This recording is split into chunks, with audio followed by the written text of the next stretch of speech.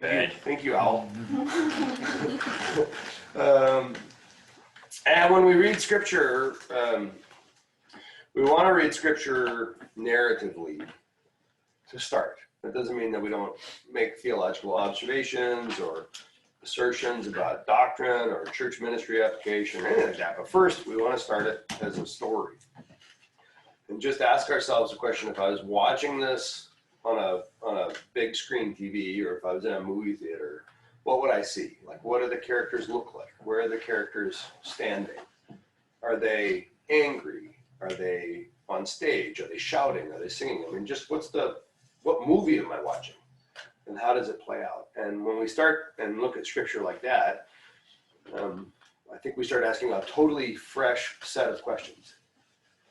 And I've been thinking a lot about Genesis 2, and I thought we would start with Genesis 2, which is the story of Eden prior to the fall, where God commands Adam and Eve to essentially conceive and conserve his creativity, to tend the earth and to till it, to fill the earth and to subdue it, to have dominion over all the living creatures and animals. And Adam names the animals, then no suitable helper for Adam is found. And then finally God decides he's going to have to make Adam a helper, an Ezer. The word is actually a saver. And so then Eve is created out of Adam's rib. You know, like, it's that whole long story. And that story has bearing on this one, which is why I just want to give you the play-by-play. You know, God makes Adam out of the dust of the earth. So there's connection between people and place. Adam is charged with authority and responsibility to keep creating God's creation. Adam and Eve actually are later. Adam is given the responsibility to name the animals. And the Bible says that the Lord watched with curiosity to see what Adam would name them, which is hilarious. So to the people who say God knows everything, you go, well, I don't know how God is curious and knows everything, but I'm willing to hold those two things in tension for the time being. And then all the unicorns and griffins are paraded in front of Adam, and no suitable mate is found, which is hilarious. Yeah, it's like, how about this buffalo? How about no? How about not for me? And then the whole episode of the rib. She's called woman, for she was taken out of man. And remember the word saver. God provides Adam we translate it helpmeet in most English Bibles, but the word is Ezer. And that's the only time it's ever used for a human. Every other time the word Ezer is used, it's used in reference to God. It's a huge theology of egalitarianism and equality for men and women. And then they're set loose in the garden to go. So let's pick up in chapter 3.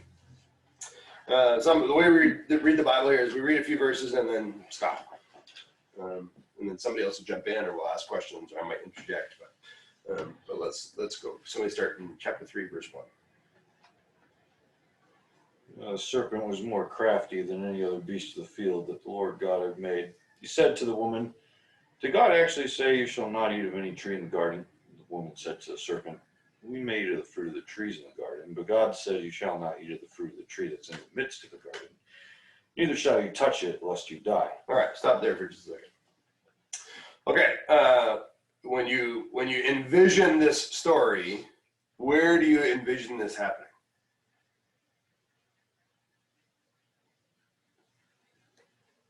It's not a trick question. We're just riffing.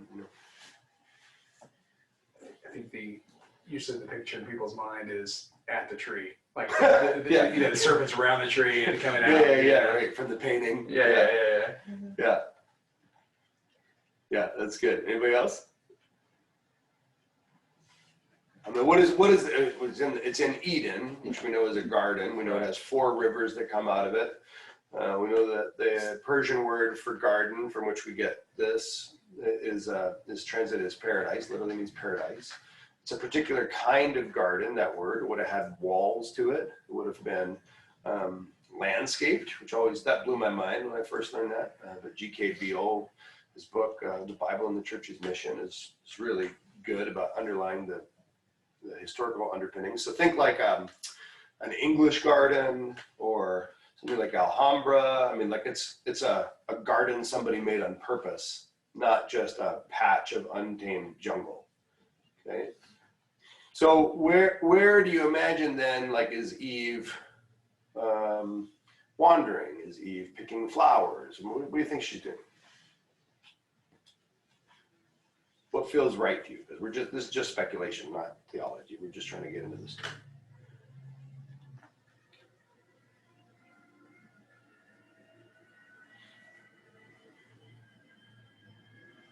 I like to imagine that she was walking on her path and the snake, the serpent, just went right in front of her. Like they always scare you. Yeah, right. Hi. Do you have any experience with that, Melissa? Yeah. A lot of traumatic. Well, like they always do. I thought was the giveaway there. And it's not a snake, right? It's a serpent. And the serpent, we know a serpent has legs. And it's probably indicative of, it's probably more dragon-like than snake-like. I like to think of seraphim too, since those are serpent-like spiritual beings, and this is God's like temple area. Yeah. I get a sense that there's some kind of curiosity that like that she's probably near, you know, near that tree, like almost maybe wondering herself, and maybe the serpent seeing it an opportunity. Yeah. That's there. Yeah. That's good. Yeah. Because he actually brings it up, like he's bringing up, like he can maybe see her hesitation. Yeah. And he says, did he not say, you know, it's like, I know you're thinking you can't have that, but. Yeah. Because it starts there, or the statement though. Yeah. Well, and funny that at least Adam would have had some kind of prior relationship with the serpent. Like he would have named it. You know, he would have rejected it as a helpmeet. That's funny to imagine that the serpent is the jilted lover in the story. He should have been mine. Yeah. And then what does he say? Did God actually say, you shall not eat of any tree? Which is what tactic is the serpent employing there?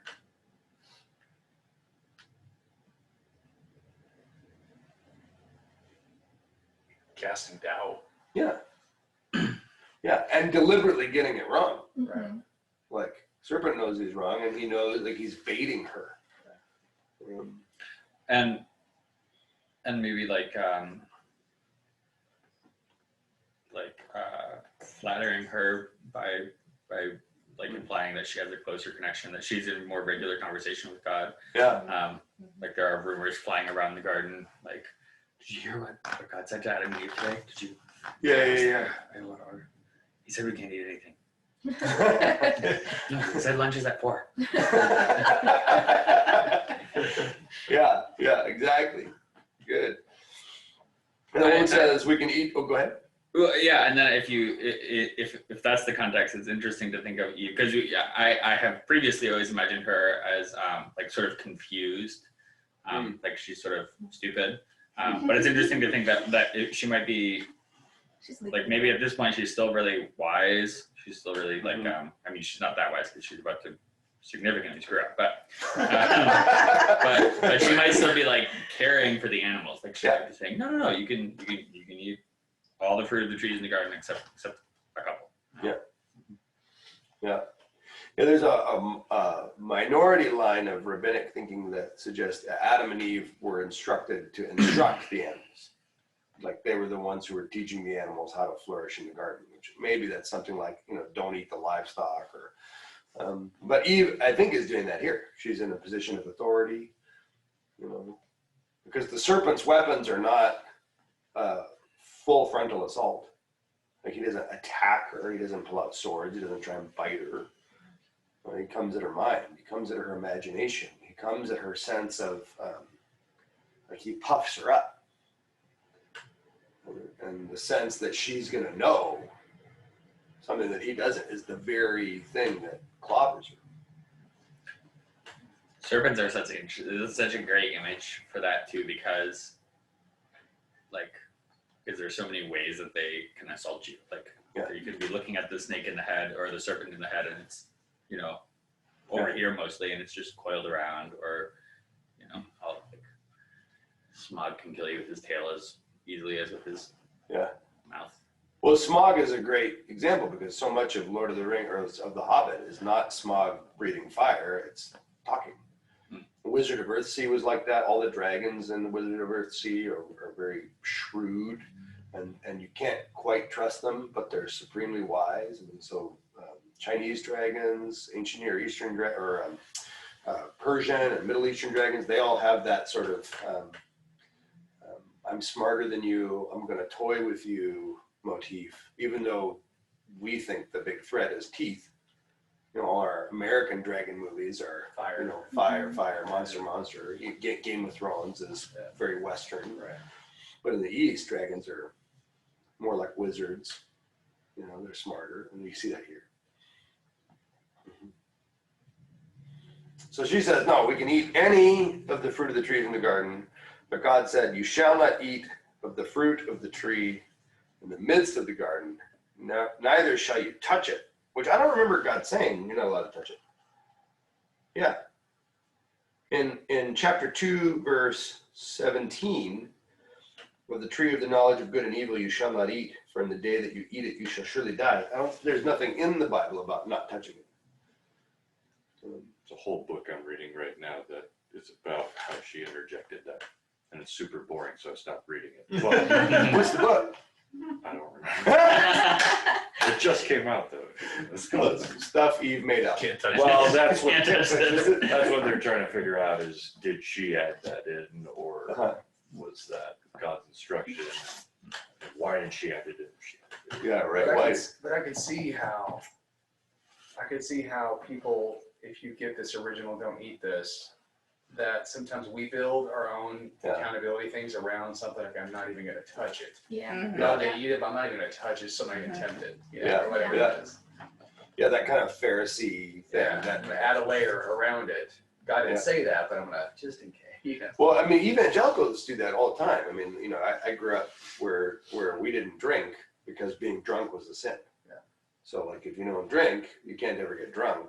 And then later on, when you learned, like, well, that's what the Pharisees were accused of doing, is being rings, and so now you can't even walk this many steps on the Sabbath. And, which I always feel like those kind of cautions are wise. But they never seem to play out real well. It's interesting you say it that way too, because those Pharisaical teachings were oral tradition, right? They weren't written. Yeah. They added, and so they're part of the oral thing. So I wonder how often we are adding things that God never said, but we say them almost like they are biblical truths. Yeah, right. God helps those who help themselves. Yeah, that's not in the Bible. Favorite when everybody was arguing on line nonstop was someone came back at me like, just like Jesus said, teach a man to fish, and, and I was like, I think that was Buddha, which you can find out with Google really quick. It sounds like Jesus is teaching. A bird in the hand, Simon Peter. I mean, one of the things that's so heartbreaking about being a pastor is that our people really just don't know the Bible, and it is because you go really knowing and understanding the Scripture requires a personal commitment to do so. You can't learn that through church. I mean, you can get the basics, but you can't become a student of Scripture at church. Yeah. You're just not there enough. It'll take you 80 years. Yeah. And then you probably come away with more worship lyric theology than, which could be good, but probably not. No offense to present company, worship leader. I totally spaced out. And that was my way of gently bringing you back in. I was thinking about what their concept of death would have been. Like, if that feels like an empty threat, because yeah, right. Oh, we're gonna die. Because nothing had died yet. Yeah, have you seen Dead? Yeah. Well, good. Let's keep going. But the serpent said to the woman, "You will not surely die. For God knows that when you eat of it, your eyes will be opened, and you will be like God, knowing good and evil. We're going to keep reading in verse 6 here for just a minute, but let's get the serpent's promise correct. He makes 3 promises. What are they? You won't die. Oh, 4 promises, pardon me. Yeah. It'll be like God. Be like God. And no good and evil. You'll know good and evil. Eyes will be open. Your eyes will be open, then you won't die.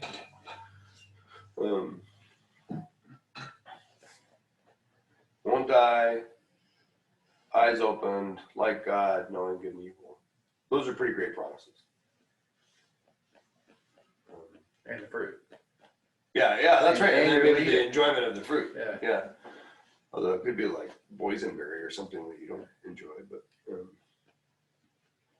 But my contention, the reason I want to look at this piece of the Bible, the reason I thought was important for us today is I just think the world is promising our people so much. Yeah. It's promising us so much.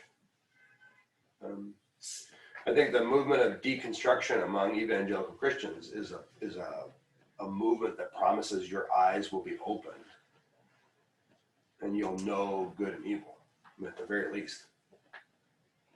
Now we would, if we're critical of the people going through the deconstruction experience, we would say, you think you're trying to be like God. But I think that's the least compelling promise here. It's not even listed first. And it's not even listed last, which those are the 2 things that would be most significant.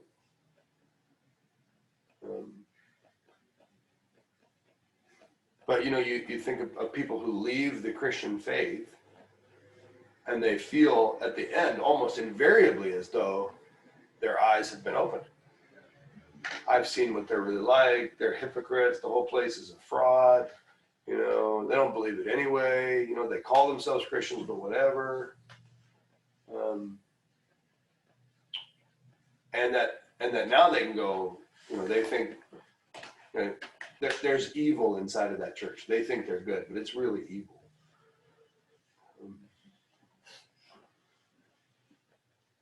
And I think that's happening in so many of our people. I don't just mean people in your church or my church or I just mean that's like to the church. I think even people outside the church, as much their fight with the church is that they know good and evil better than we do. And, Yeah.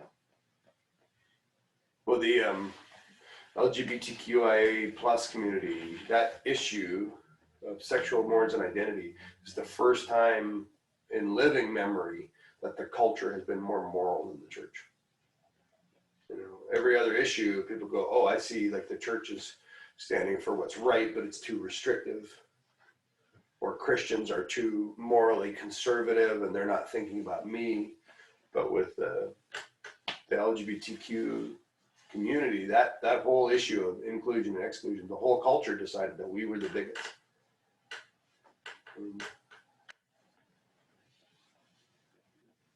Yeah, the insinuation, your eyes will be open, meaning,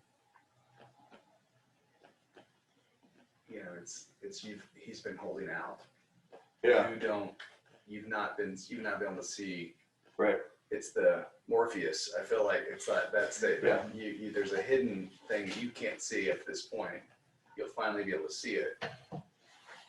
It's not even just the protective, the lie about the fruit, but it's there's so much more that you can't see. And if you did this, you're gonna be able to see it all. Yeah, you get a peek behind the curtain. Yeah. wonder too if like this temptation is almost more personal, just because in the Old Testament, if it's a spiritual being, it can be called a little g god essentially. Since the language here is your eyes will be open and you'll be like Elohim, that could be plural as well. You'll be like the gods. And if you're in sacred space and the serpent is supposed to be like a double entendre of spiritual being / natural being, and here it is, you'll be like one of us, like you feel like a human, just you're above like the animals, but you're also below all these other, the cherubim guarding the way out. Sure, And yeah, you're like, yeah. you could be like one of the ones that are even just a little higher than you, And Well, that's the promise of celebrity. Yeah. Right? How many, yeah. How sad is it when we see somebody we love who sells out, either through making dirty jokes or trying to make TikTok content or something in hopes of gaining approval from thousands or hopefully millions of anonymous fans instead of living out of the core of their identity.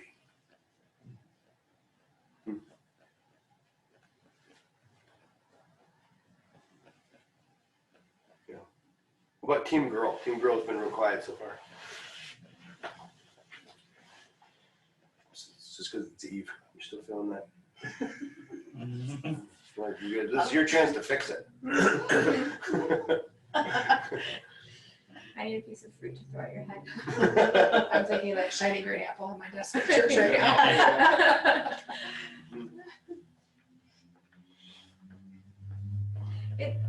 Yeah, that makes a lot of sense, Jamie, because it seems like she's so willing to be like, okay, you convinced me. Like after, there's no like, well, I don't know, or maybe not. It's just like, yep, I'm in. Like she's all for it. So that makes a lot of sense. How long really was it? You know, Right. that's what I love about C.S. Lewis's Paralandra. It's like, Yeah. this verse is The whole book. 200 pages long, Yeah. and the snake is humanity just visiting Venus. Yeah. Yeah. Right. Oh, hey. Well, when I think about if you're someone that, you know, has like all of the thoughts in your head and like can see all of the angles and like starts like really leaning into. So if she's, you know, in that space of how, I think about like last week I said, I can literally make a case both way for two lanes of good and evil. And I can literally make that case just for myself. So I'm thinking, okay, Eve going in there's probably a way in that because, you know, the serpent, yeah, it's a serpent, but in that time, he probably didn't even show up like we would think serpent because we see it differently because we're coming from a different way. So for her, if he had more of a, not scary presence, not whatever, you know, it would feed into like, hey, maybe this is, you know, this lines up with. But I think we do that too, is we can make truth out of anything. I mean, even just diets. You can go on and find the case for every diet under the planet to be the thing that we're supposed to do. And so, that's just what I is that it just how easy it is and how simple it is. That I think there's so much going on that one little thing can go in there. And then you go, yeah, okay, well, let's kind of test that theory out. Here, you do it, and not really fully grasp. Anybody else like when I read it, I don't see anything bad that the serpent is promising, and I don't see any reason why the serpent should not be trusted. Like clearly, Dave McDonald and like yes, as a follower of Jesus, you know. But when I look at the story and I just look at this chapter, I go, he's not saying do bad things. He's just saying God said no and gave you no reason why except the threat of death. That's it. And the threat isn't real. So why would you just mindlessly obey some law when if you eat the fruit, look at all these good things that'll happen. Anybody else see that? Yeah, it seems like there's a familiarity with the serpent where maybe she sees it every day, or you know, like almost a trust. Like you're telling me this, so you're telling me all the good things. So why wouldn't I? Because I trust you. I was also thinking about if you've never been lied to before, we think about people lying to us all the time. Yeah. And you think about, like, is this the first time someone's ever lied to her? She has this is not like common ground. I should be looking out for a lie. Yeah, right. We're living in a culture it's ingrained in us to be on the lookout to be discerning, right? But if you've never been lied to before, we don't know that that's the case, but she's on this is new ground. Yeah. Thing.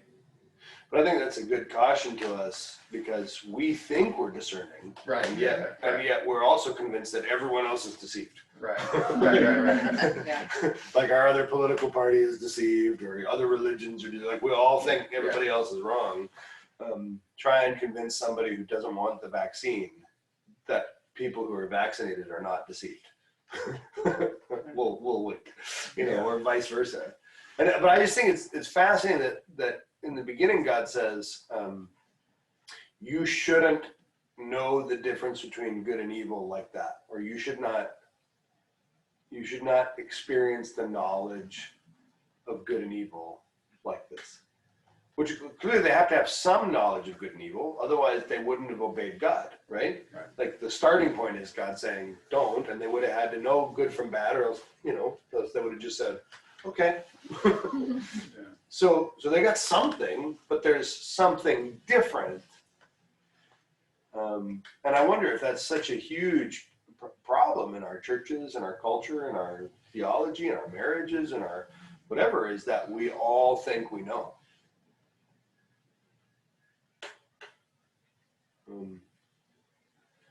Ever talked to two people who both felt like they heard from God about the same issue, but both came up with different opinions?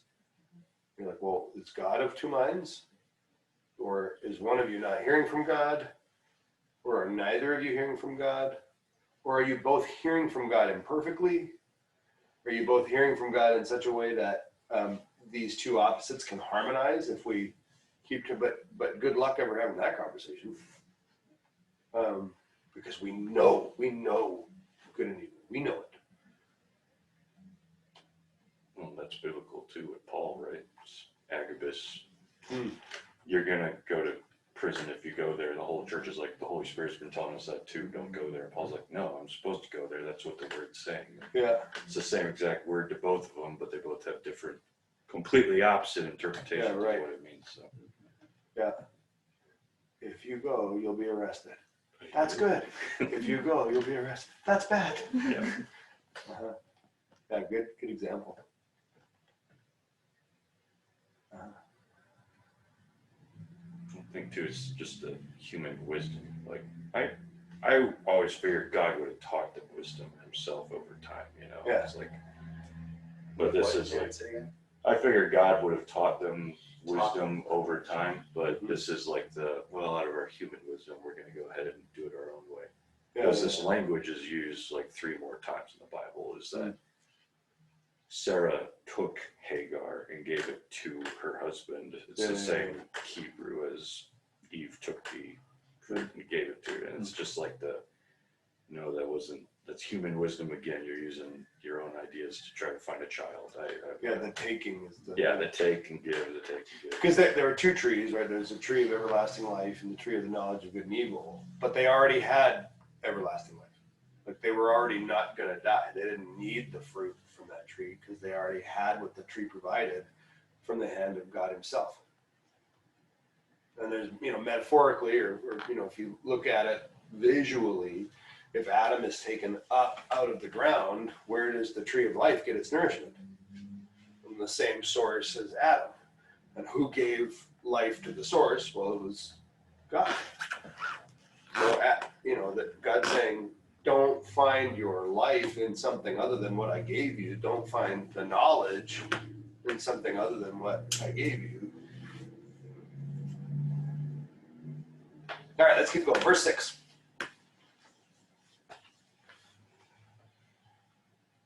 So when the woman saw that the tree was good for food, and that it was a delight to the eyes, and that the tree was to be desired to make one wise, she took of its fruit and ate, and she also gave some to her husband who was with her, and he ate.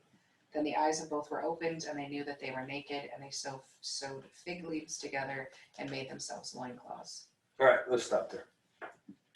All right. How do you imagine this going in the movie? Serpent comes, makes the promise. What do you think happens in the movie that made the woman see that the tree was good for food? Do you think when the serpent spoke, her perception changed?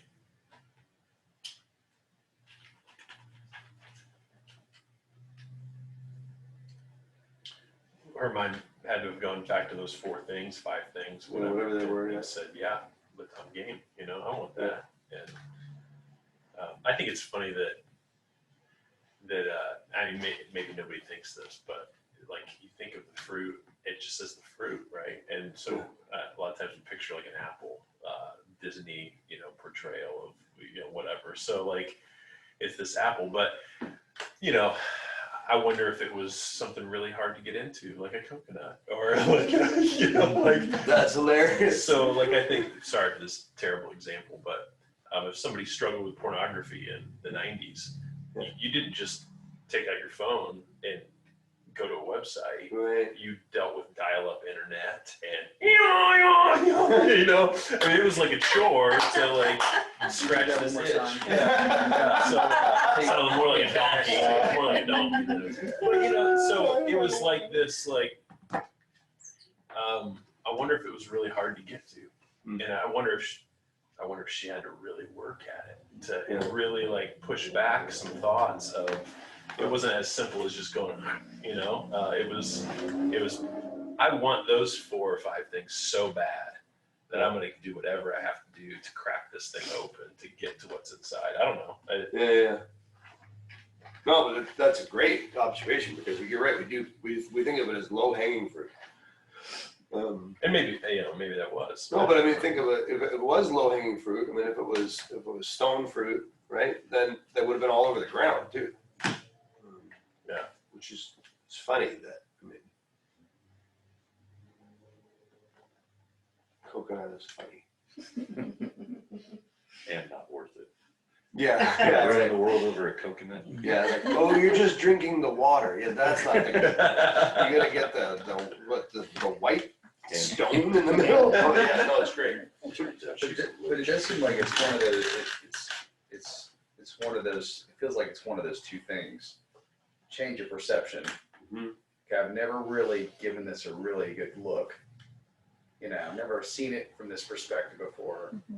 Okay, now I've seen it. It's delightful eyes. Or, you know, it's like this dragon fruit deal where, you know, there's a discovery. Wow, that is much more than meets the eye. Yeah. Yeah, right.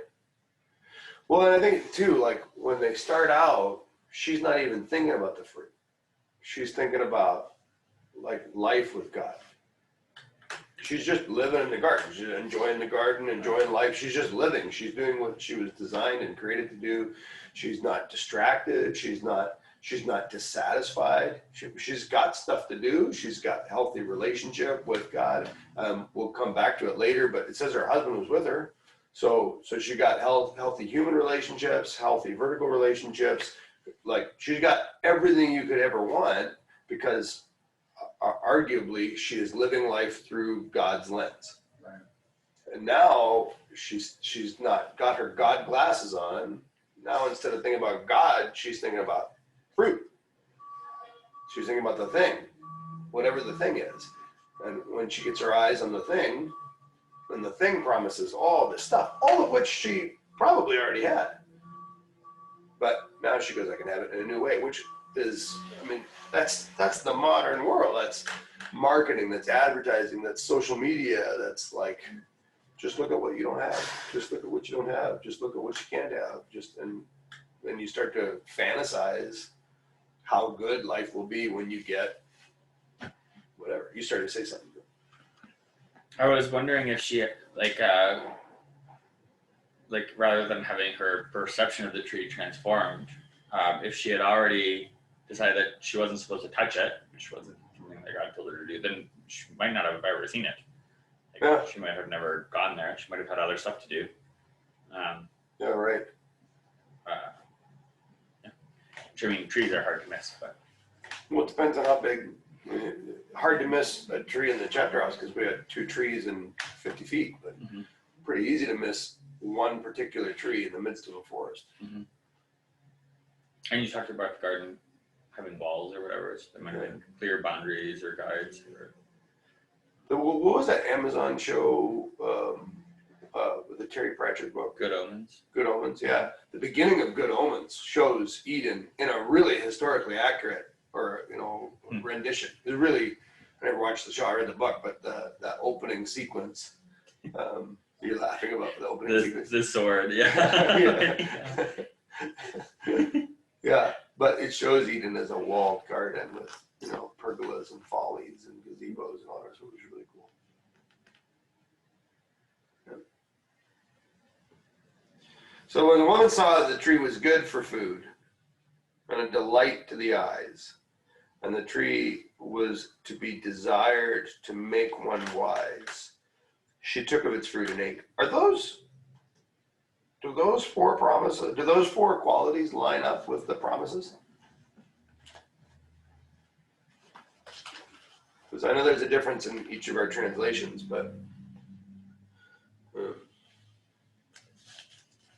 Well, she's carrying over the lot, or she's carrying over it with her too, and she saw that it was not only the life eyes, and that the tree was desired to make one wise. So she's carrying over. The new lens is from what the serpent has said. She's still seeing it with that lens. But I mean, he says you won't die, and she now sees it's good for food. You won't die and good to eat. Those are related, but that's not the same. I mean, eat of this and you won't die. That's massive. But good for food. Like I just ate some grapes. Those are good for food, but they're not going to keep me from dying. I'm going to need a whole lot more grapes. And that's like she just downgraded his promise. Mm-hmm. And likewise, he promises your eyes will be opened, and she experiences that it's a delight to the eyes. That feels different. Like if I eat a fruit and all of a sudden I can perceive a supernatural reality, that's different than, hey, nice piece of fruit. Great peach, bro.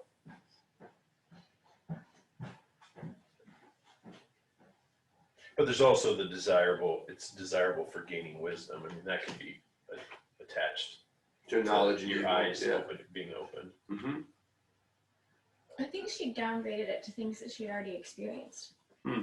Like if you imagine Adam and Eve walking around the garden, they're constantly discovering new things. They're constantly finding fun things to eat. So she's just putting it in the context that she already has. Yeah, nothing in here, to your point, nothing in there about the tree making her like God, or the fruit making her like God. Except maybe the wisdom piece, but that's...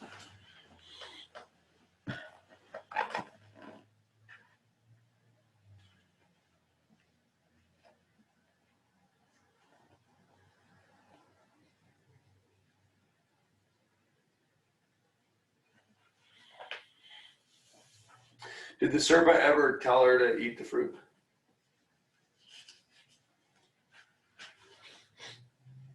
No, he didn't have to. Ever tell her to share it with her husband? Which I just think is so funny. Like all the crafty enemy ever has to do is just Suggest. Yeah, just get you to dream the wrong dream. Mm-hmm. We'll take it from here. I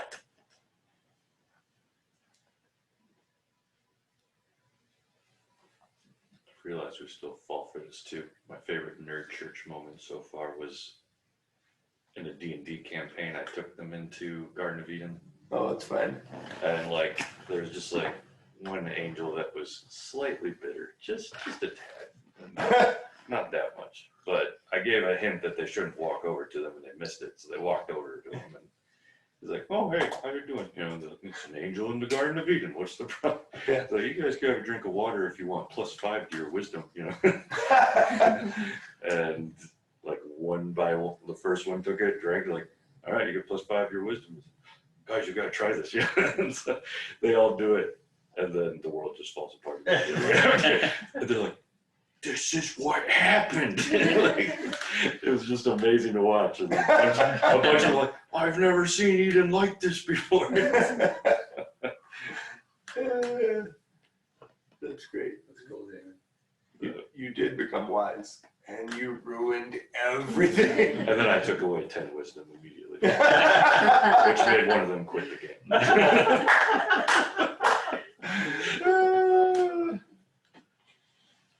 That's great.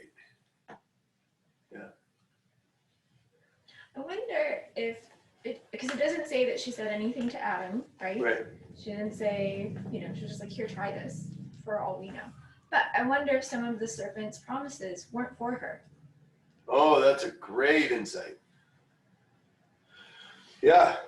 You keep going. That's great. Well, just like if she's like, oh my gosh, this fruit tastes amazing. Also, we can be like God. Like that might just be, I don't care about that, but maybe you do. Like that sort of convincing as she's recounting like what the serpent said. I don't know that happened, but yeah, it made me think that some of the promises weren't for her, they were for Adam. Yeah. Well, and again, like you don't get every detail in every verse, and it is reasonable, not airtight, but it is reasonable to assert that Adam was with Eve the whole entire time. Mm-hmm. The only possible gap in the timeline is between verses 5 and verses 6, where the devil or the serpent stops making the promise, and then in verse 6 it says, so when the woman saw that the tree was good, it certainly seems as though that happened in the same conversation, and then it certainly seems, according to the text, that she then went and ate the fruit. Like, it seems like it happens like this. Yeah. If Adam was with her at that moment, he would have heard all the promises, but he wasn't being spoken to. Maybe he was having a sidebar with the buffalo since he hadn't seen buffalo since he rejected. Yeah. I'm so sorry, Paul Bunyan's ox. It's not you, it's me. Yeah, I think it goes back to like where, like you had where did this happen? Where in the garden is this happening? Is it at the tree, near it, where it, or is it somewhere off topic, off site? Yeah. That now I'm going to go to the back of the garden, or I'm going to go to the center of the garden where this is at, and her and Adam are on a walk or whatever, and he's with her then when she starts to take it from him. Well, yeah, and again, I mean, this is one of those things where like we don't know for sure, Right. but we also know that God gave us this story this way on purpose. Right. And we all know that historically, what people have done with this is blamed a woman. We all know that that's baloney. There's a lot more to it than that. But I like to imagine, like, let's say you gave these, we're only at verse 7, but you gave these 7 verses to Martin Scorsese. And you said, okay, film the scene. When he gets to verse 6 and Adam is with Eve, he's going to go, oh, time out. There are not 2 actors on stage, there are 3. Now, I don't know if any of you have ever seen A Jealous Husband, but they're a treat. If you imagine somebody making a business proposition to the wife, when typically it's the husband that would have always been dealt with, that's a fascinating dynamic. Hey, I'm Bob Vance Refrigeration. You're welcome for that, you Office fans. And if it's normally the man that's the deal maker, which back then it always was, and a man and woman are standing side by each, and the serpent comes and ignores the man and talks to the woman, how exhilarating for her. How frustrating for him. How empowering for her to be the one who takes what she has been given and shares it with him instead of it always being the other way around.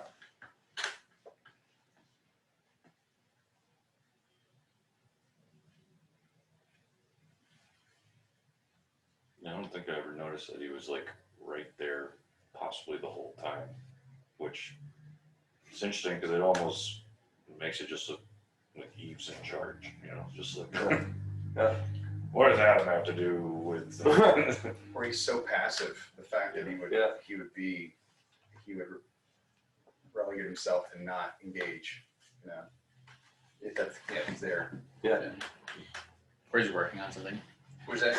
He's Yeah. working on something. Yeah, He's building a pergola. Yeah. Are you still talking to the serpent? Pass me my nails. Yeah. Hold the flashlight still. The torch, bring me the torch. Mhm.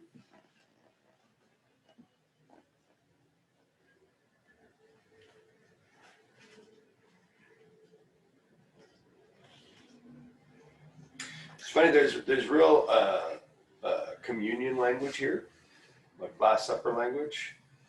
She took and she ate and she gave and he ate. Like there's a real sacramental quality to this. And again, it's just so peculiar to me that the good things that God made, when used inappropriately, can lead to disastrous results. And that's what's said of communion. When Paul says, but you know, the way you're eating this is wrong. It's causing all kinds of issues because you're doing it wrong. Yeah, right, in Corinth, yeah. Yeah. Yeah. All right, let's keep going. Then the eyes of both were opened, and they knew that they were naked. Remember, in the last verse in chapter 2 says, the man will leave his father and mother and hold fast his wife. They'll both become one flesh. And the man and his wife were both naked, and they were not ashamed. Funny that this is about Adam and Eve, and they don't have a mother and father yet, but also they were naked and not ashamed. And now when their eyes are opened and the promise is fulfilled,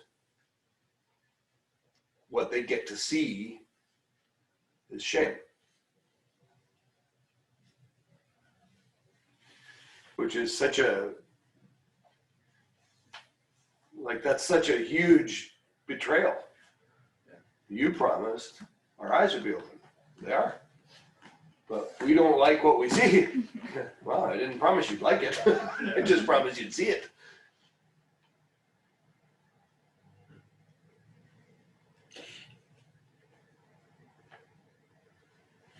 Is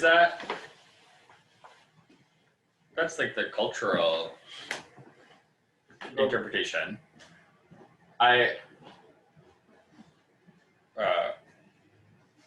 Well, I'm thinking, when I am naked with someone else, I don't actually dislike that.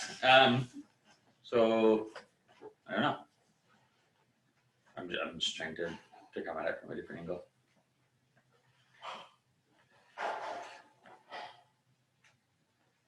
Because it says they made coverings, but it doesn't say they were embarrassed in this translation. It just says they were naked, they made some clothes, not they felt bad yet. Said they had shame. Just don't say that really. Does it? Well, I think because when you go up to chapter 2, verse 25, it's that they were not ashamed. They were both naked and not ashamed. So then if you jump forward, the assumption would be that shame came on because they were naked and not ashamed, and now they realize they're naked, they need clothes. So that would, yeah, that's what I look at it as. They definitely feel they feel inhibited in some way. Something is causing we shouldn't. This is not right, or we should be covered.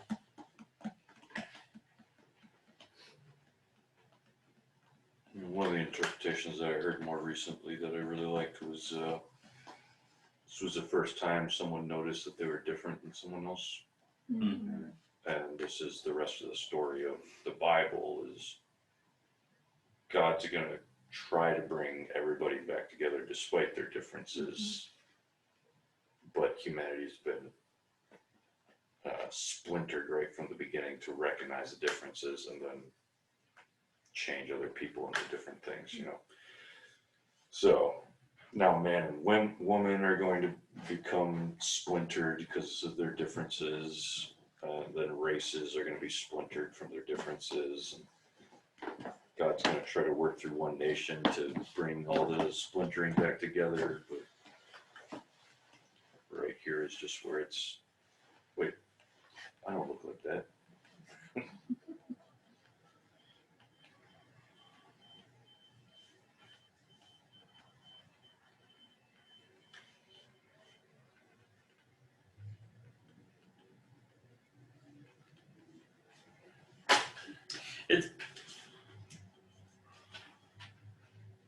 I was reading a forum about some archaeological stuff, and they were asking about tools, and I'm just remembering because they said that needles were some of the earliest archaeological tools that they found, which is interesting because I don't think they, in the story at least, they don't use any tools before that.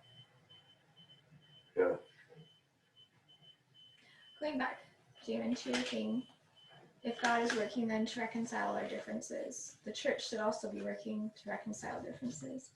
And I think a lot of what the people who are deconstructing, they're rebelling against that because the church isn't doing its job, Yeah. and because we are adding to the shame, we are adding to the separation. Yeah, that's a really good insight. Like, if your enhanced perception causes you to both create or experience shame, that's bad. And I think so much of our mistakes as a church are that we can tell everybody else what they should be ashamed of. We're really excited about that. You know, you're bad, you've got an abortion, or you're gay, or whatever. Like, we're really, really good at finger wagging. But also the sort of second part of that is once we realize we're really bad at finger wagging, then we're ashamed of ourselves. We go, oh, we're corrupted, we're not the way we're supposed to be. And then the cycle renews because then we're grieved, we're ashamed of ourselves, so we cover ourselves up, and then we go right back to, now that I'm covered, I don't need to feel shame anymore, so I can go back to pointing the finger and telling you why you should feel shame. But it's the same cycle of sin and shame over and over and over again, where we think that wisdom and knowledge and insight centers around what's wrong. But prior to this moment, wisdom and knowledge and insight were centered around what's right. And what I find personally very challenging right now is that when we talk about the way things ought to be and we aspire toward them, like if we preach with carrots, if we lead with carrots, it's a lot of hard work that yields slow results. If we preach with stick, or if we lead with stick, it gets immediate results and people are very excited about it, but it just intensifies the cycle of sin and shame. And people always want to know what we're against, and people always want us to take a stand, and people always want us to push back, and people always want us to name and expose. And I mean, probably once or twice a day I get a text about how Pfizer used fetal tissue in their research, and why aren't we saying anything about this? And I go, like, I think everybody else has that one covered. I think, you know, like, God is saying through us what is right, how do we live it, how do we experience it, how do we offer it, instead of what is wrong and how do we shame it.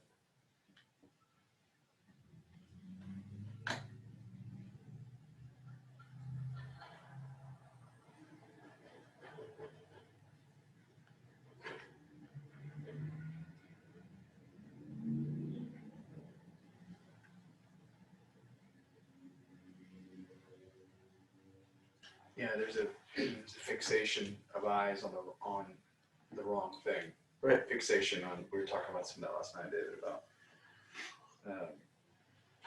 where we're presented the carrot, the gift, the promise, Christ, and everybody's like, yes, Pastor, and then they move that. No, that's central. Stop pushing that over. Yeah. But there's a fixation on the secondary, the tertiary. You know, it's like looking, which is exactly what happens to them. Yeah. He takes this tertiary thing and makes it central. Yeah. Elevates it. Right. In his description. And it's not about the garden. It's not about the mission. It's not about life. It's about this fruit. Yeah. And a demeaning, insinuation of demeaning of God's truth telling. Yeah. You know. That's a good word, man. That's a good word. What is the natural state of human beings? Like in Genesis chapter 2,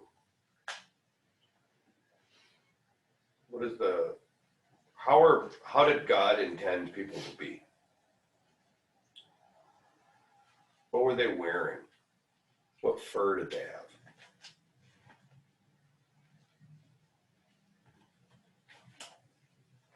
Weren't they naked? They're naked. Also, I like the way you say that with the accent. I feel like that word is spelled differently when you say it. In Texas. Naked. Okay, so I think it's funny, like when you go, if you take the word naked out, like in Genesis 1, or probably Genesis 2, God made people the way he wanted them. And then in Genesis 3, the people realized God made them the way he wanted them. And they were ashamed. I think that's fascinating. Like, they realized they were naked.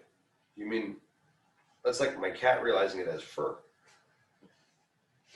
Like, think about all the people we know that, like when you're born, that's who you are. Maybe you have bigger hips. Maybe you have black hair instead of blonde hair. Maybe you got one green eye, one blue eye, whatever. Like that's who you are. And then by the time you're what, 7, 8, you start feeling self-conscious about the way you are. Maybe you start hating the way you are because you are too fat or too thin, or you're not athletic, or you're too short, or I go with that whole idea that you should be ashamed of who you are goes right back to this. I keep going back to the idea of protection, like God was protecting them in the garden from obviously evil and stuff. But then applying it to our lives, and like how many times a day do I realize that God could be protecting me if I'm in a relationship with him in a lot of ways. But I step away from that, and that's the same thing they did. Yeah, I bet you she didn't feel protected until all of a sudden she stepped outside of the protection. Yeah, and then the ripple effect in 2021, when because of their shame, he upgrades them from sewed fig leaves to animal skins. Yeah. It's the first picture of death, right? Yeah. Ripple effect of dealing with the very shame they're walking around with. Uh-huh. Like it must have been not even be able to function. Right. Like they're not even going to be able to function their day to day if I don't give them some sort of clothing, permanent, more, yeah, live away from the biodegradable, whatever they're going on. But I mean, it is interesting that God doesn't take them back to the way they're meant to be, which again is really. Which I was about to say, enabling that Yeah. shame. Why didn't you just tell him, bro? You don't need this. Give me the leaves. Give me the take it off. That's a funny part of the story. Give me that back. Winter's coming. But yeah, I mean, it's like God makes provision for the fact that they are now uncomfortable with who they are. And I wonder if God's still doing that for us. I wonder if God's doing that. And I know this is a loaded topic, and we don't have to get on there, but I wonder if God's doing that for the trans community. I wonder if God's doing that for the queer community. I wonder if God's doing that for the fitness community with their fake boobs and fake butts. And I just wonder how much provision God makes for me with my tattoos to be compensating for shame.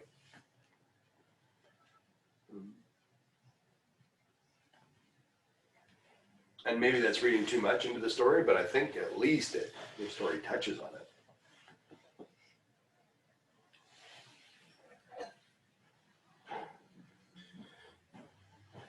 And then they heard the sound, verse 8, of the Lord God walking in the garden in the cool of the day. And the man and his wife hid themselves from the presence of the Lord among the trees of the garden. And the Lord God called out to the man and said, "Where are you?" And he said, "I heard the sound of you in the garden, and I was afraid because I was naked, so I hid myself." "Who told you you were naked?"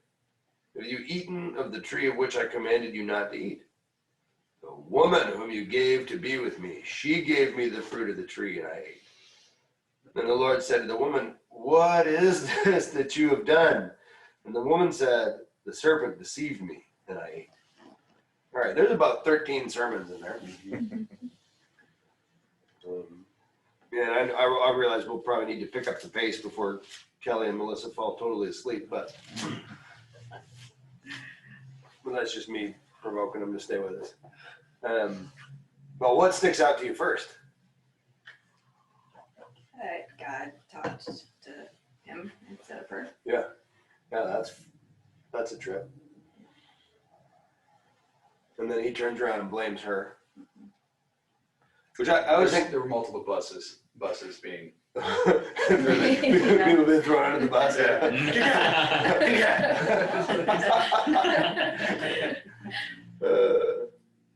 But I do often think anytime I hear somebody who's all about male headship, then not necessarily people who believe it, but the people who want to blast about it all the time. Then I go like, you're doing the same thing, man.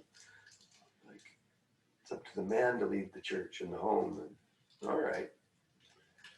Bet you the only reason your home is still going is because your wife puts up with your BS. But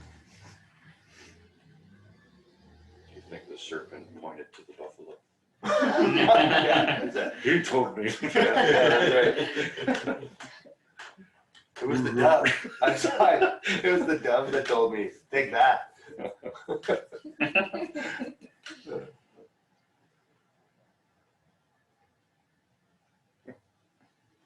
God's curious again. Mm-hmm. Mm-hmm. Yeah.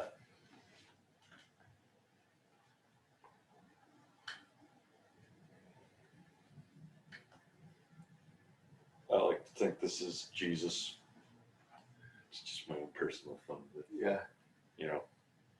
Whenever God shows up, just kind of like walking in bodily form throughout the Old Testament, it's always that angel of the Lord that is God, but in a way that you can encounter. And that gets in verses I've seen like into Jesus in the New Testament, who angel of the Lord isn't in the New Testament. So it's like Mm-hmm. Jesus shows up and then kind of sees the weight of already everything that's about to come.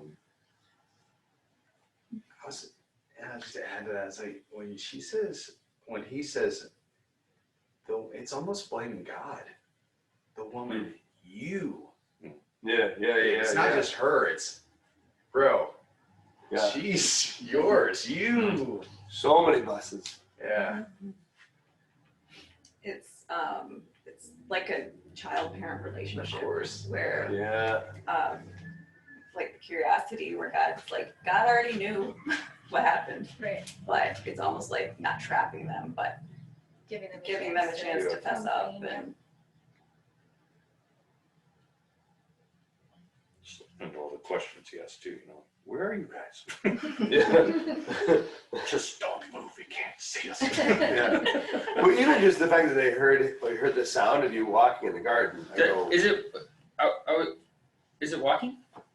yeah, that's what I have in mind. They heard the sound of the Lord God walking in the garden. In the ruah of the day too, the spirit, wind.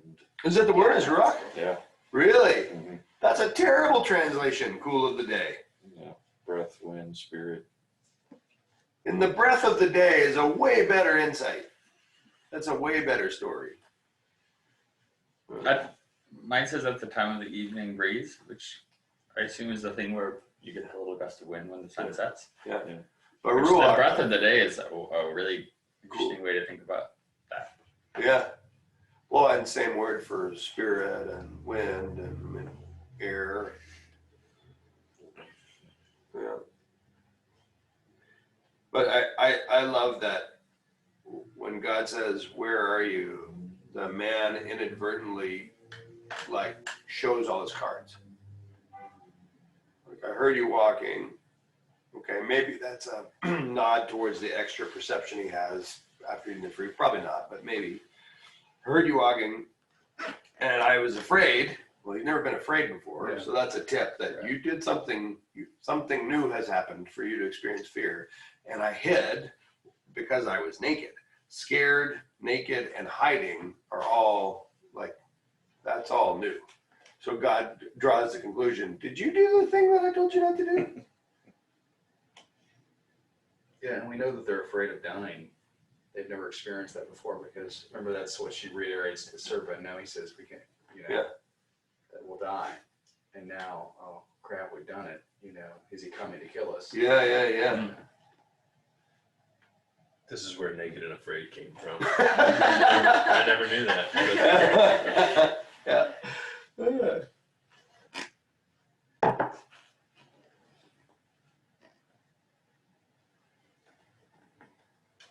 Who told you that you were naked? What other voice have you listened to?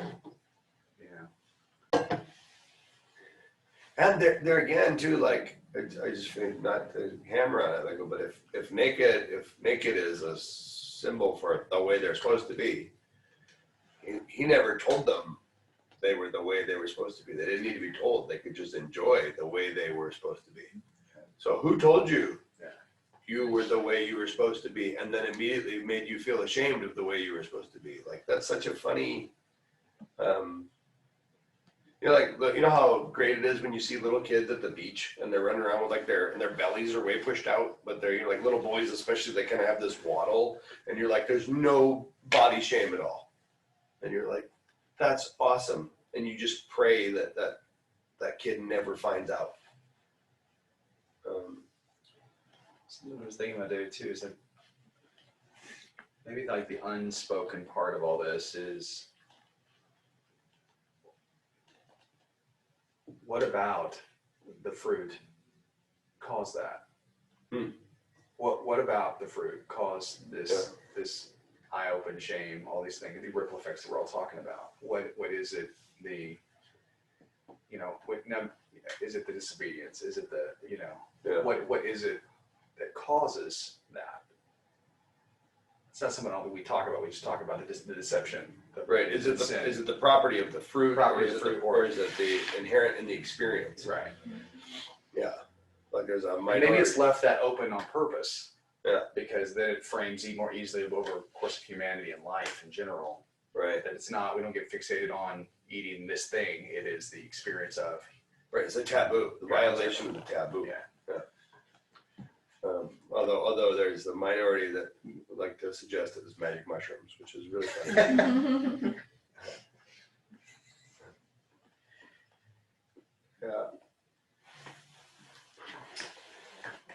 So then the Lord goes to the serpent, because you have done this, cursed are you above all livestock and above all the beasts on the field.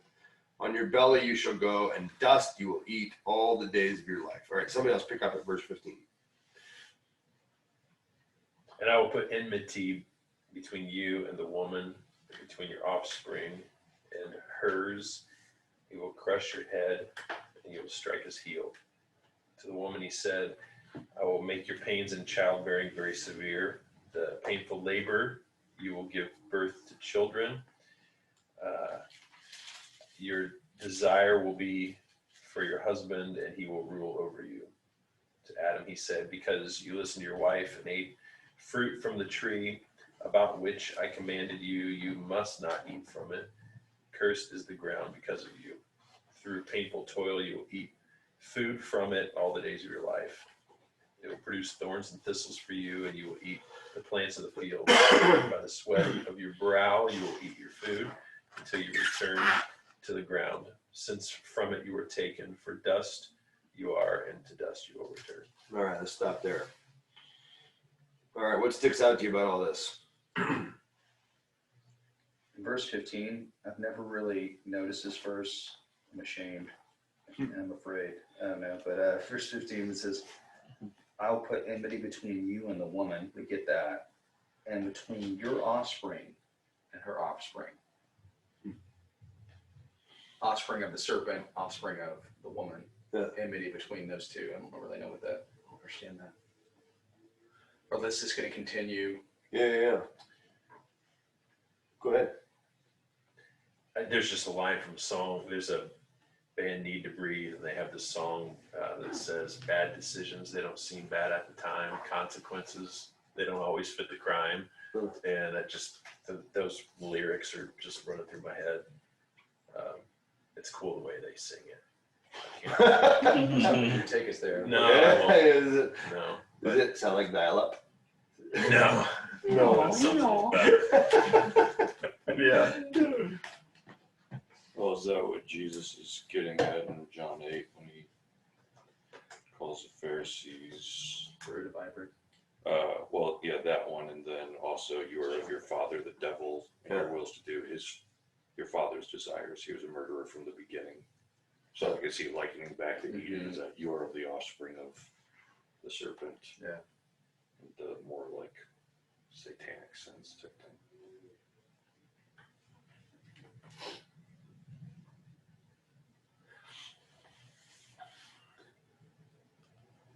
Well, yeah, I mean, it's funny because, you know, it's really hard to read this story on its own without backfilling it with all our theology and our Sunday school classes and all the ministerial things we've done. But you think, like, who is the offspring of the woman? We initially sit there and we go, oh, because it's Eve and she's the mother of all people, then the offspring is people. But that doesn't really hold with the offspring of the serpent then, because we don't really mean all snakes, because even though if we tend to read this as literally about a woman, Eve, we tend to read it as figuratively about a serpent who is actually the devil. But the story doesn't give us any of those details. The story just says woman, serpent. And the woman is the person who becomes dissatisfied with what she has, becomes ashamed of who she is, and loses everything in the process. Who's her offspring? Well, we still got people doing that. The serpent is the crafty one who, through the power of suggestion and subversion, causes people to hate who they are, disparage what they have. Well, we still got his offspring too. Like, and I mean, these days, the real power is in advertising, athletics, social media, politics, pundits. I mean, all of those powers, maybe not every person involved in all those things, but all of those things as powers, as American gods, are still doing the work of the serpent. And all American people, at the very least, are fighting Eve's battle. But one of the reasons I really wanted to look at this, I've never done a Bible study on Genesis 3, but I've studied Genesis 3, we preach on Genesis 3. Usually you reference Genesis 3 a million times when you're teaching like a new believers class or a doctrine class or Christianity 101 or something. But when's the last time you actually spent an hour and a half pulling apart all these little things and not asking, not jumping immediately to the conclusion, this is the entry of sin into the world, this is why all of sin and fallen short of the glory of God. Like just setting all that aside for a moment, we just read the words, you're like, oh crap. This is everything corrupted in my life. Quote for this. That is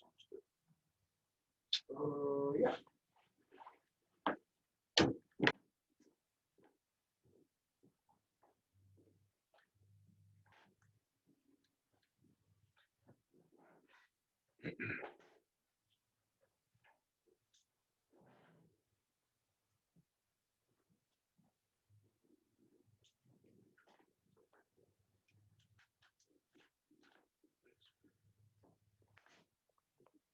You find it interesting in Genesis, at least with the Jesus as manifest God in Old Testament view. Jesus always seems to be somewhat present when he's talking about things he's going to have to do. So here you have with the cross, with he's going to strike your heel or you're going to kill him. Yeah. Cross of the future. It's Satan fighting him, but resurrection destroying him. But then also like with Abraham, it's the stop, don't kill your son, we'll take care of, like, the proper sacrifice down the road. Jesus sitting at the Passover meal with the lamb and all its bones broken on the table. All the way from the beginning. If you go with that view, you kind of have this like foreshadowing of God present with the prophecies of what he'll do down the road.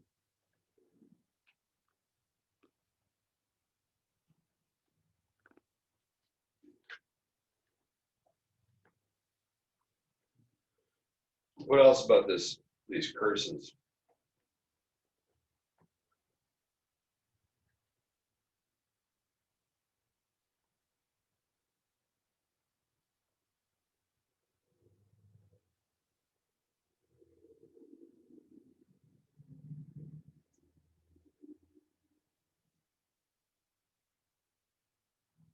Kind of think you see the Satan sent to Sheol type thing going on here.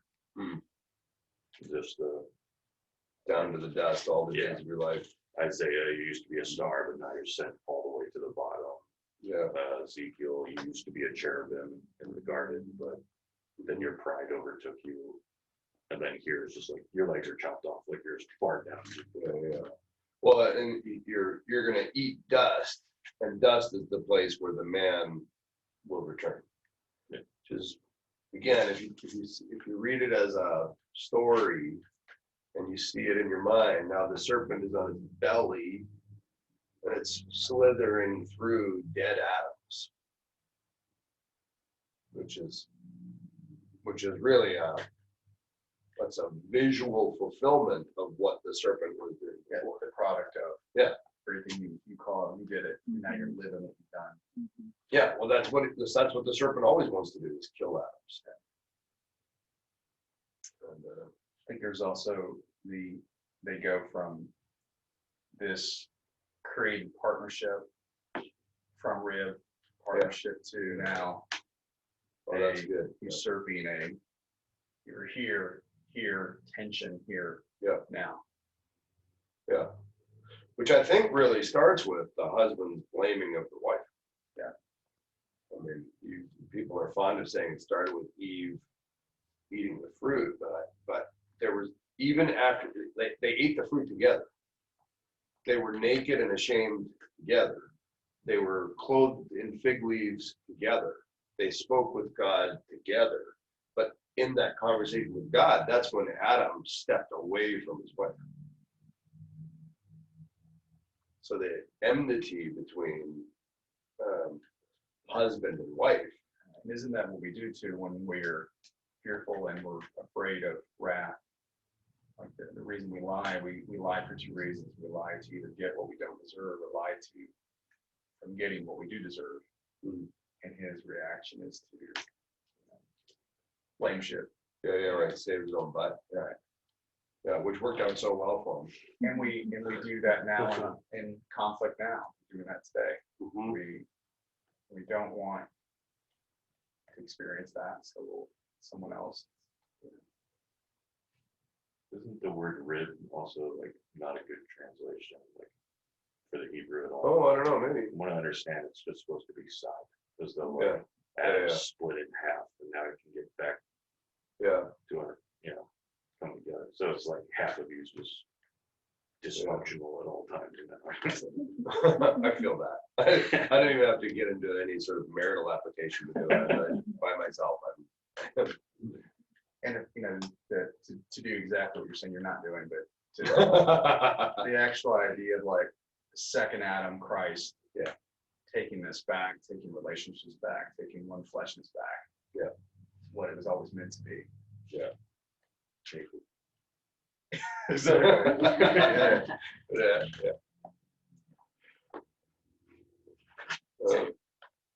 Go ahead, Jake. It's interesting that like after Adam sort of pushes himself away from Eve, that's when she also gets a name. Like when she's separated and she's identified as a different thing. Yeah, Where right. It's just Adam has a name, but that feels like it applies more to both of them. They're both the same thing. I don't know that this has any significance, but it's interesting that when God comes to talk to them and find them, the serpent's there. Like, you don't really think about, like, did that happen? And like, they all hung out and went for a walk together and were in shame together. They're riding on the back of the serpent and Yeah, but it just, like a tauntaun. The serpent knows.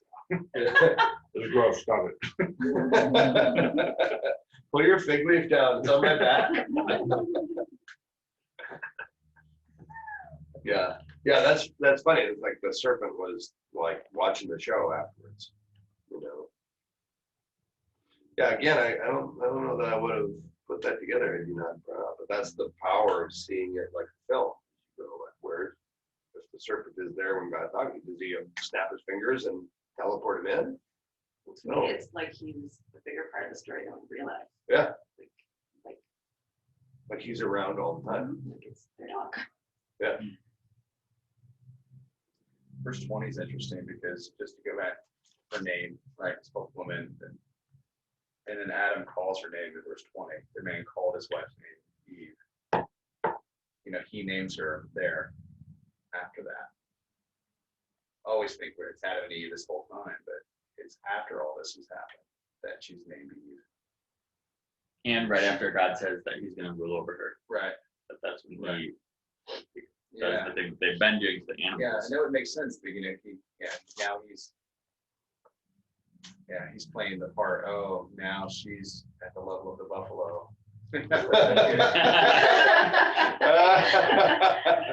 And it says Buffalo Bride. he names her Eve because she's the mother of all the living, which sounds on its own really wholesome, but in the curse, all of the offspring think they're terrible. Yeah. It's That's all great. It's all strife that's coming from the offspring. Mhm. Which I can't, you know, because I'm a boy and I have never had children. I still read this and I go, oh man, anytime you're gonna bring something to bear that's painful. Like I think of that in creative pursuits or leadership pursuits. I go, it's so hard to like birth a book or birth a chapter house or birth a new congregation or a new service, which I realize is not the on-page application of that, but I still think it's a reasonable extrapolation of it. Like just bringing new life into the world is hard and painful. And on the other side of it, what was it like before? Mm-hmm. Yeah. I mean, the idea of like, to me, to us, that's all we know. We only know it to be, Yeah. you know, 4 years of, like you and I were talking earlier, like 4 years of where you are right now, the word that. Yeah. What was it like before to walk and produce and create so effortlessly? I mean, that is, to me, that's captivating. Or strifelessly. Strifelessly, yeah. Yeah. Not effortlessly. Well, Because it doesn't. Yeah, and it doesn't say that he it doesn't say that God makes labor painful. Right. It just says that he intensifies it or makes it more severe. Yeah. Well, and what's funny is in childbearing, who should be her biggest supporter? Yeah, right. But instead, your desire will be contrary to your husband and he will rule over you. Like, so instead of, again, reading this as a male and acknowledging that I'm personalizing this, I do find it helpful to go, when you try and create new life, the people who should support you will oppose you. Because they don't want what you want. And sometimes they're going to win. That's really, I wish somebody would have told me that before I wrote my first worship song. Or before I started my first Bible study, or you try to do anything.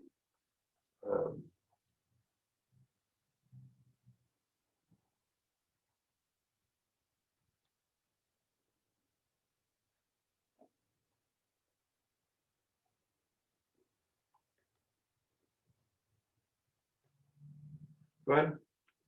I hear that ESV is really messed up on this particular verse because I have your desire shall be contrary to your husband. Yeah. But like in the footnotes, the translation others use is, or shall be toward your husband. Yeah, that's what Christ Complete said. opposites. Yeah. Yeah, and if it's toward, how is that a curse? Well, You see what I'm saying? I mean, I get, of course, you Yeah. can see instead of God, sorry. unless Sorry, it's got God. cheese rule. or whatever. Right. Gotcha. Which again is back to like we now notice that we're different. We covered up. And Yeah, like yeah, now we're not. the difference is I'm exercising over you. The fracturing of the family right from the get-go. But even probably the lore too of like, why don't snakes have legs, you know, and like why are we missing a rib and things like that. But then you also have why do so many women die in childbearing, you know, in the biblical lore? Because I mean, let's face it, anyone in here who's a C-section is only alive because of modern medicine. Like in ancient times, just everybody could die. So they had to be asking that question every time. Like, God made us to have kids, and that was the rule: was go out and multiply. And why are we dying all the time? The answer biblically is that we messed everything up. Curse. Yeah, we ate the coconut. we named for that. It was hard to get to for a reason. Yeah. Hey.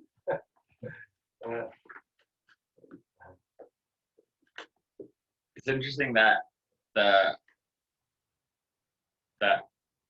Adam, the curse for Adam reconnects him to the ground. That he was created out of the ground, and the ground is cursed. And the ground sucks, right? The thorns and thistles. That I think was the whole plan. Was like whenever I think like, are there aliens out there? Then I'm like, why? You know, and if the answer in Genesis is like, you were put here to take care of the earth, be fruitful, multiply. Eventually, you leave Eden and you go to structure the rest of the earth to look like Eden. And that's still kind of what Jesus's trajectory is in the New Testament of like, we're here about the kingdom of heaven. So I'm raising up citizens for heaven. Now go make the earth look like heaven. Like that would make sense. Like, is God just doing that on one planet, or is he doing that throughout the whole universe, raising up different creatures to make the entire universe look like heaven? Ultimately, don't know why I got into aliens to say that, but This is a good spot for it. Good spot. Really, I'm probably not going to bring that one up, but exponential. But we'll talk about here. All right, let's bring it home. Man called his wife's name Eve because she was the mother of all living things. And the Lord God made for Adam and for his wife garments of skins and clothing. Talk about that a little bit. Last few verses. Then the Lord God said, "Behold, the man has become like one of us in knowing good and evil. Now, lest he reach out his hand and take also of the tree of life and eat and live forever. Therefore, the Lord God sent him out from the garden to work the ground from which he was taken. He drove out the man, and at the east of the Garden of Eden placed the cherubim and a flaming sword that turned every way to guard the tree." So my first thing, which was like chewing on before you just started reading, was still going on when she got her name.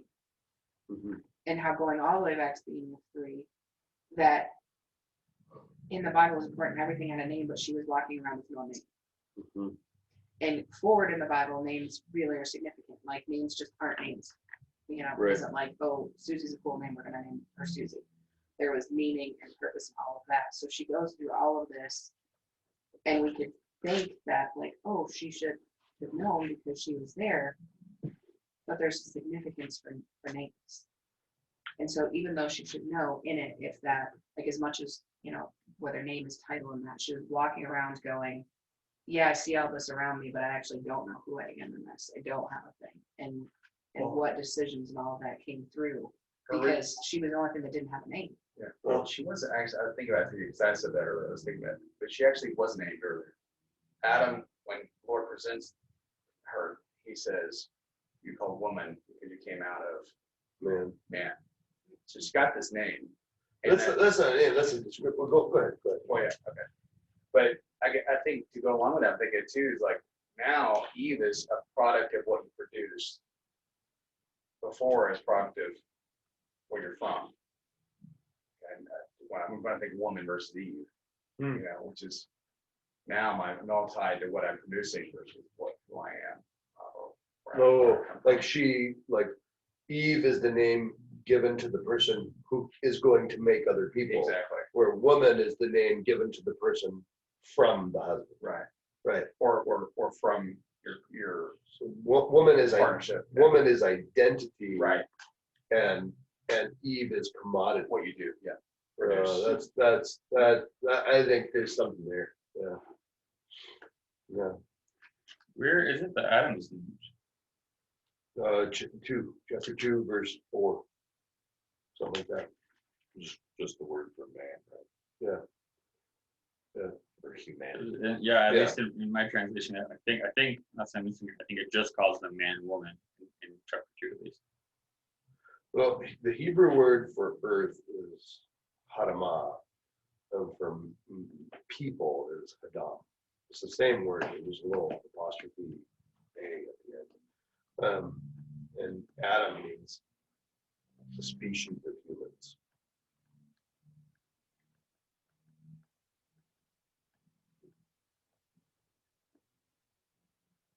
Looked up Eve's name. That means living in Hebrew. And I don't know because it's Wikipedia, so who knows, but it's from a root that can also mean snake. Really? Kind of sneaky of Adam to be like, your name is Eve, which means living. Also Yeah. snake. Like, Yeah. he didn't let that go. Yeah. This is your fault. Just that's hilarious. Yeah. Yeah. This is my wife, Smug.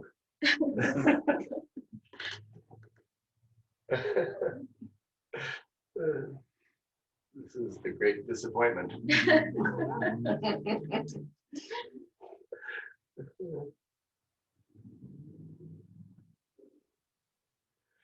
Well, and there's a whole, Jamin, I can't believe you didn't bring up the divine council. It must feel like a coffee. I really vaguely got into it. Yeah, I said spiritual beings. yeah. But God says that they have now become like us, which I think is textual support for your comment that they're like small g gods, and that's addressing the divine council, angelic and supernatural beings that oversee the cosmos. But it's funny that he goes, now we got to protect the tree of life lest they live forever. You Because don't think that points to the Trinity there? You think it's bigger than that?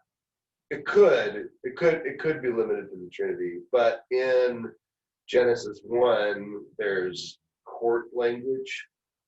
Now, Genesis 1 and Genesis 2 are different accounts written at different times by different authors, but still, it certainly seems like you've got the image of the divine council, of which only, Father, Son, and Spirit are prime, Right. but you still have the angels over the Michael. waters, Job Gabriel, saying that the sons of God rejoiced as God created. Yeah. There's no divine councils watching something. yeah. They don't do the creating. And Heiser says it's like, God's like, let's go get pizza. We're all like, yeah, but the pizza is God's doing it. So God's initiative, and everyone's celebrating because he does it. That's a great image.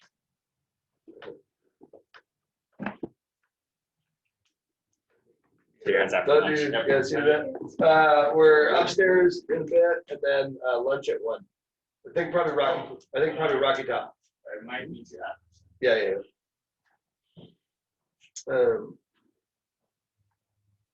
Yeah. I just think it's funny that there's God sends him to work the ground and casts him out. Now you got to do Eden's work in a non-Edenic location. And now you can't ever get back to Eden because it's protected by a messenger angel and also, but separately, a flaming sword. And the sword is the thing that waves back and forth. The sword is alive. And it's the angel that's there. Cherubs were messengers. So it's funny to just think that Adam goes back home. And the messenger's like, hey, seriously, that sword is gonna hurt. My job is to sit here for the rest of eternity. Thanks. Yeah, right. You're like, The this sword's doing all the work. this Why am I job even here? sucks. Yeah. A little bit. I wonder if they did go back, because then they're still figuring out the world, and if they went back to the messenger angel, and like, what are we supposed to do now? Yeah. What do we like? What does God say? Because that relationship is ripped there Huh. now. Yeah. I mean, it seems like now when they meet with God, it's like right around this spot, perhaps, like Cain and Abel. Well, God, go bring our offerings to God. Let's head back to Eden right outside and leave it there. Yeah, right. The sword isn't like a Doberman, it's on point. We know. All right, let's we've got a lot here. We went into a lot of detail. Just by means of giving it some shape in your own mind and bringing it to a conclusion in your own mind. If you had to preach tomorrow, or if you had to lead a meeting tomorrow, if you were writing a devotional tomorrow, if you got to take our conversation today and use it professionally tomorrow, what do you talk about? Like in one sentence, like I want to talk about that the man and the woman had strife, or I want to talk about the serpent is grabbing. What's the thing that sticks out for you as like the one that you use? Probably the simplicity of temptation. We always think it's going to be more extravagant, but it's more like, wormwood, just little nugget for you to think about. Mm-hmm.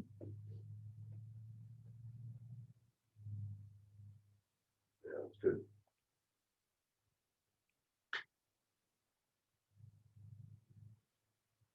The serpent deceived me in 8, or just that whole train about how we make decisions and we make choices, and it's us, but we push the blame like instantly outward instead of taking responsibility or looking at it and seeing, our piece in that. And how easy it is to be deceived.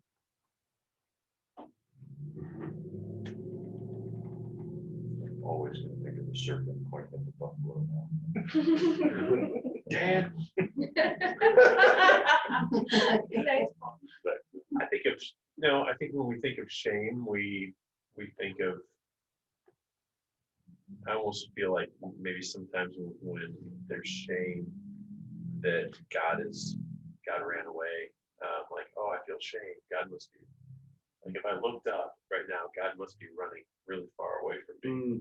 And God's not doing any of that in the midst of this. Like, he's the one sewing the skin, together and clothing them. He's the one that's conversing with them.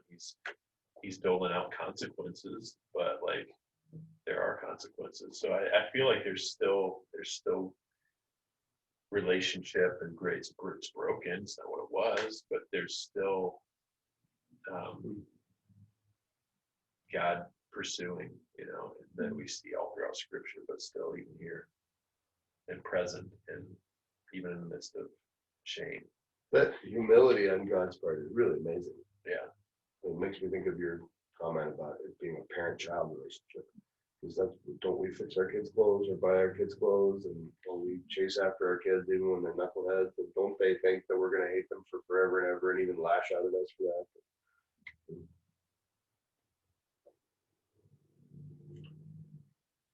Yeah, it's when we're sitting at the end, it's thinking, talking about Cain and Abel coming back to the edge of the garden, and thinking, so much loss. I mean, how many times, like the parents had been there, they had a closer idea of what they had and what they lost, what they threw away.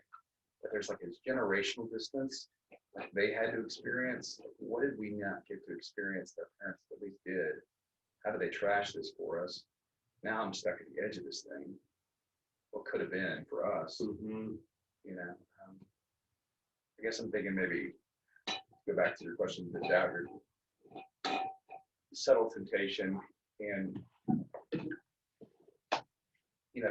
doubt your doubts thing, also could there be a way for us to take a fresh look at some lives we've been believing? Yeah. What does it look like for us to go back and revisit some things we maybe have cemented? What would it look like? What would it be like for you to go back and take a second look at things you've been believing? Yeah, that's great. That'll preach, man. But you guys. Adam and Eve. I would just go back to that. I like what you found this week. The phrase that you said earlier that I wrote down, all the enemy has to do is get us to pray the wrong thing.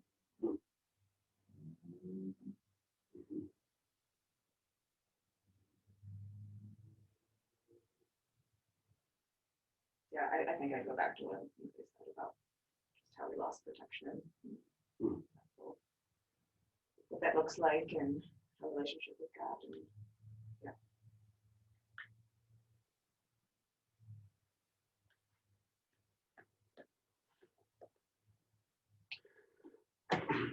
I just keep thinking what a big story this is.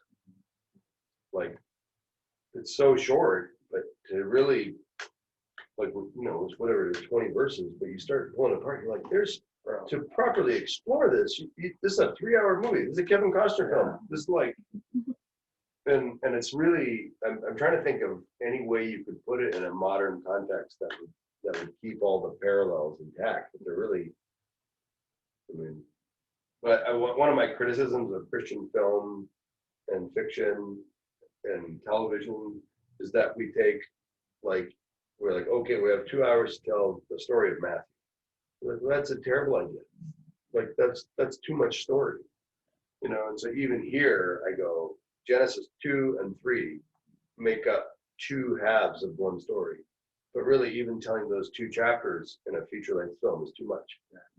You need to tell just chapter 3, HBO series. Yeah. Well, just to slow it down and go, you only have 4 actors here. But to get the significance, you really need chapter 2 to, but it's so, And the buffalo too. He's got to make a scene. Well, if you ever saw Darren Aronofsky's Noah, that was pretty good. But we have the graphic novel, actually I think it's on the second floor landing. I think it's the one my dog ate. But that was spectacular, where the picture of the biblical world that he paints, which is like the Genesis 4 world, so right after this, and what happens as people are expelled from Eden, and the savagery and barbarism with which they live, the abuse of animals and the call of God to protect the animals. He did a really great job with the Nephilim. I think he ran out of money in the movie, but in the comic he did great. But I just go, that's the kind of way you need to tell that story. It's a good reminder for me, like, just don't lead with doctrine, lead with story. Because the point of Genesis 3, I don't think, is just that sin entered the world. There was sin in 500 directions there. And most of the sins started here. Or maybe here, not with the fruit. So, all right, any last comments, questions? Going once, going twice? That one rock monsters in the comic too. No, they're better. They're way cooler. I was disappointed by that. Tomorrow I'll look in Leviticus, which is fun because I think there's a parallel passage in Leviticus, but I'm not sure. So I've got this manuscript I'm working on, and one of the conundrums I have is the relationship between Genesis and Leviticus in this particular context. So I don't intend to help you solve my problem or ask you for, but I do think it'll be fun to have a conversation about Leviticus and see if our conversation sparks something else. So, all right, let's take a break, and then 11 o'clock we'll be up on the 3rd floor